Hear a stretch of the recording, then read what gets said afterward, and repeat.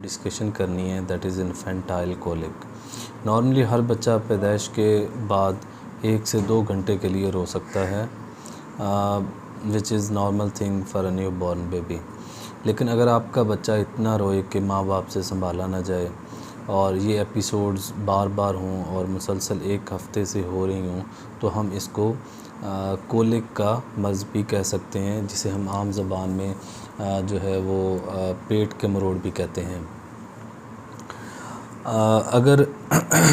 इस कोलिक को देखा जाए तो इस दौरान जो है वो बच्चे का जो रंग है वो पिंक हो सकता है या डार्क हो सकता है। बच्चा जो है वो अपनी टांगे पेट के साथ लगा सकता है और बच्चे की फिस्टिंग हो सकती है और बच्चे का जो पेट है वो सख्त हो सकता है। अगर आपका बच्चा डेली 3 घंटे से ज़्यादा रो रहा है और स्पेशली रात के टाइम या शाम के वक्त ज़्यादा रोता है और ऐसा हफ्ते में 3 बार या इससे ज़्यादा हो रहा है तो हम इसे कोलिक कहेंगे। Simply that is nothing but colic, infantile colic. इसके अलावा बच्चे के जो रोने की और भी बहुत सारी वजूहात होती हैं या काजेज़ होते हैं,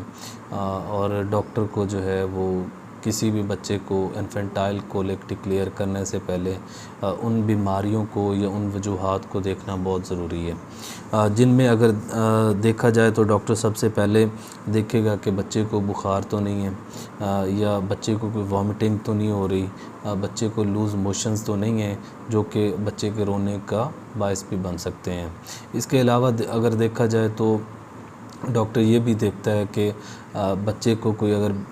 ब्लड में इन्फेक्शन तो नहीं है, कोई गर्दन तोड़ बुखार तो नहीं है जो कि बच्चे को बहुत ज़्यादा रुला सकता है। इसके अलावा जो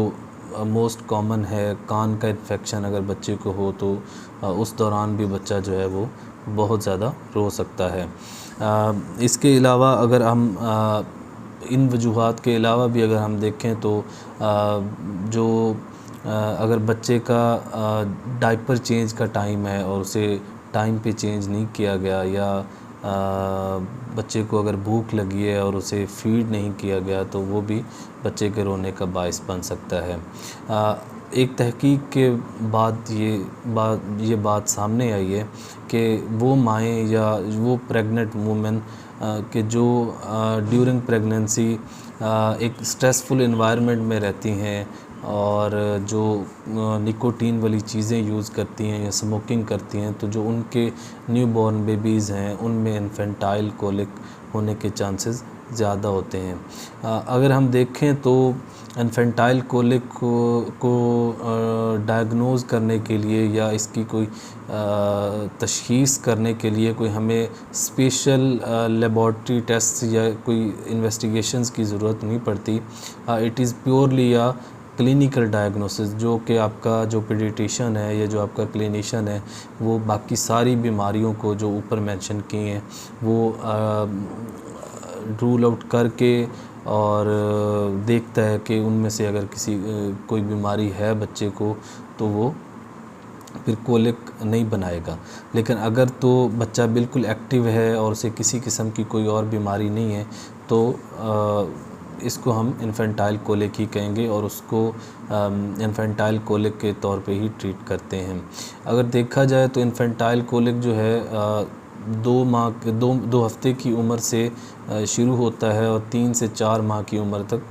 बच्चे को रह सकता है, और इसकी जो पीक है इस इन्फेंटाइल कोलिक की, जिसके दौरान बच्चे को बहुत ज़्यादा पेट में गैस या मरोड़ का सामना हो सकता है, वो 6 वीक्स या 1.5 माह की उम्र है। और जो इसके इलाज का है कि इन्फेंटाइल कोलिक को ट्रीट कैसे करें, तो इसमें जो सबसे एक अहम चीज़ है वो पेरेंट्स की एजुकेशन है कि आप उनको ये चीज़ इंश्योर करें और उनको एक डिटेल्ड ब्रीफिंग दें कि ये जो आपके बच्चे को इन्फेंटाइल कोलिक का जो इशू आ रहा है वो ये कोई ऐसा मर्ज़ नहीं है कि जिससे आपके बच्चे की जान को किसी किस्म का ख़तरा हो। ये अमूमन 2 हफ़्ते की उम्र से शुरू होकर 3 से 4 माह की उम्र तक रहता है और इस दौरान जो है वो पेरेंट्स की अपनी जो उनकी हार्मनी होती है वो उसको देखना होता है कि वो बच्चे के रोने धोने के अमल को कितना इजीली मैनेज कर सकते हैं। और स्पेशली इसमें जो बाकी फैमिली मेम्बर्स हैं उनका भी इन्वॉल्व होना बहुत ज़रूरी है, क्योंकि अगर मुसलसल 3 से 4 घंटे तक जब बच्चा रोता है तो उसका रोना धोना सिर्फ पेरेंट्स जो हैं वो ये नहीं देख सकते, बाकी मेम्बर्स को भी इसमें पेरेंट्स को सपोर्ट करना होता है। अच्छा, इसके अलावा अगर हम देखें कि जो है कुछ ऐसे मैन्यूर्स हैं जिससे इस बच्चे के रोने धोने के अमल को हम कम कर सकते हैं। जैसे अगर एक बच्चा एक प्रॉपर फुल लाइट रूम में है तो हम उसको डार्क रूम में शिफ्ट करेंगे, जिससे उसका रोने का अमल कुछ मिनिमाइज़ हो सकता है। इसके अलावा अगर हम देखें कि कुछ साउंड स्टिमुलेंट्स हैं, जैसे आवाज़ का शोर है रूम में, तो उस शोर को कम करके बच्चे के रोने का अमल कम किया जा सकता है। और इसके अलावा जो है वो बच्चे को कडल भी कर सकते हैं, बच्चे को उल्टा करके पेट के साथ उसकी टांगें लगाएं और उसकी बैक पे जो है ना वो मसाज करें, तो इससे भी रोने का अमल बच्चे का कम हो सकता है। और इसके अलावा हम साफ़ सुथरी चूसनी जो है वो भी वक्ती तौर पे इस्तेमाल कर सकते हैं। इनके अलावा भी कुछ प्रोबायोटिक्स का जो इमर्जिंग रोल है एक इन्फेंटाइल कोलिक को ट्रीट करने में, वो भी बहुत अहम है और वो मार्केट में इजीली अवेलेबल भी हैं। इसके अलावा जो है कुछ मेडिसिन्स भी मार्केट में अवेलेबल हैं जिससे इन्फेंटाइल कोलिक को हम ट्रीट कर सकते हैं और इससे बच्चे का जो रोने धोने का अमल है उसको कम कर सकते हैं। लेकिन हमेशा याद रखें कि कभी भी डॉक्टर के मशवरे के अलावा कभी भी कोई मेडिसिन इस्तेमाल नहीं करनी। एक प्रॉपर जो है वो डॉक्टर को चेकअप करवा के और डॉक्टर से जो है वो मेडिसिन के प्रॉपर डोजेज और उसके एडवर्स इफ़ेक्ट्स की सारी एडवर्स इफ़ेक्ट्स के बारे में जान के उसके बाद मेडिसिन का इस्तेमाल करना चाहिए। Thank you.